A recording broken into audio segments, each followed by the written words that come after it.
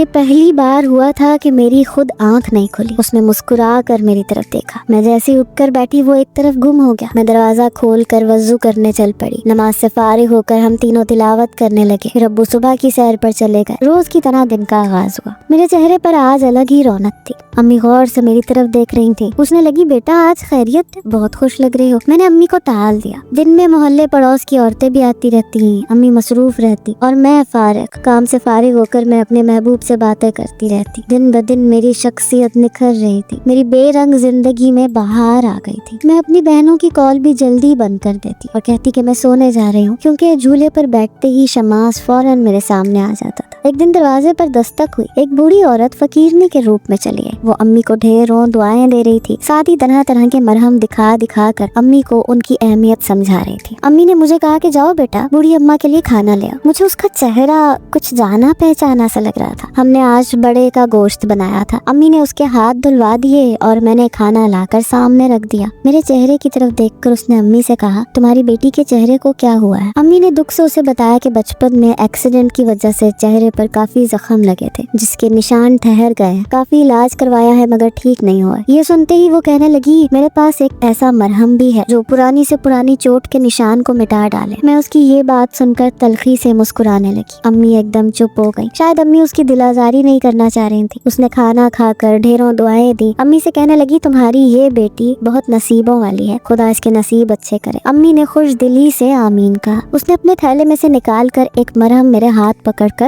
میرے ہاتھ پہ رکھ دیا۔ کہنے لگی سنو لڑکی، ہر روز رات کو یہ مرہم لگایا، کچھ روز بعد میں پھر آؤں گی۔ میں نے امی کی طرف دیکھا۔ امی نے سر ہلا کر کہا کہ لے لو۔ میں اٹھ کر اپنے کمرے میں آ گئی۔ کچھ دیر بعد وہ چلی گئی۔ روزانہ کی طرح امی ابو سونے کے لیے لیٹ گئے۔ رات کے 11 بج رہے تھے۔ امی کی تاکید تھی کہ منہ دھو کر مرہم لازمی لگا لینا۔ میں منہ دھو کر جیسے ہی کمرے میں پہنچی، کمرے میں ایک برتن میں تازہ گلاب کا عرق رکھا تھا۔ اس کے نزدیک پرچی رکھی تھی کہ آج منہ اس سے دھو لو۔ میں نے مسکرا کر اپنا چہرہ اس پانی میں دھویا اور پھر مرہم لگا لیا۔ مرہم میں سے تیز موتیے کے پھولوں کی خوشبو آ رہی تھی۔ مرہم لگا کر مجھے عجیب سی ٹھنڈک بھرا احساس ہوا۔ میں باہر نکل کر جھولے پر بیٹھی مگر آج شماس نہیں آیا۔ میں نے اس کو آوازیں بھی دی۔ میرا دل برا ہوا۔ اپنی بہنوں سے تھوڑی دیر بات کر کے میں بھی سونے کے لیے کمرے میں چلی گئی۔ آج صبح بھی وہ میرے سامنے نہیں آیا۔ میں نے فجر کی نماز پڑھ کر تلاوت کی۔ امی جیسے ہی ناشتہ لے کر کمرے میں آئی تو ان کے منہ سے خوشی سے آواز نکلی مہرین بیٹا تم نے مرہم لگایا تھا؟ میں نے نا سمجھی سے ہاں میں سر ہلا دیا تو امی کہنے لگی ماشاءاللہ بیٹا بہت فرق پڑا ہے۔ میں ایک دم شیشے کے سامنے پہنچی، دیکھا تو واقعی میرا چہرہ پہلے سے کم نشان زدہ تھا۔ میری آنکھوں میں خوشی کے آنسو آ گئے۔ وہ مرہم مجھے 7 دن لگانا تھا، 7 دن تیزی سے گزر گئے۔ دن بدن میرا چہرہ مکمل ہوتا جا رہا تھا۔ میری امی ابو کو خوشی سے بتاتی کہ یہ گھر تو میرے لیے مبارک ثابت ہوا ہے، میری بچی کا برسوں پرانا روگ ختم ہونے جا رہا ہے۔ ابو بھی خدا کا شکر ادا کرتے، کہتے کہ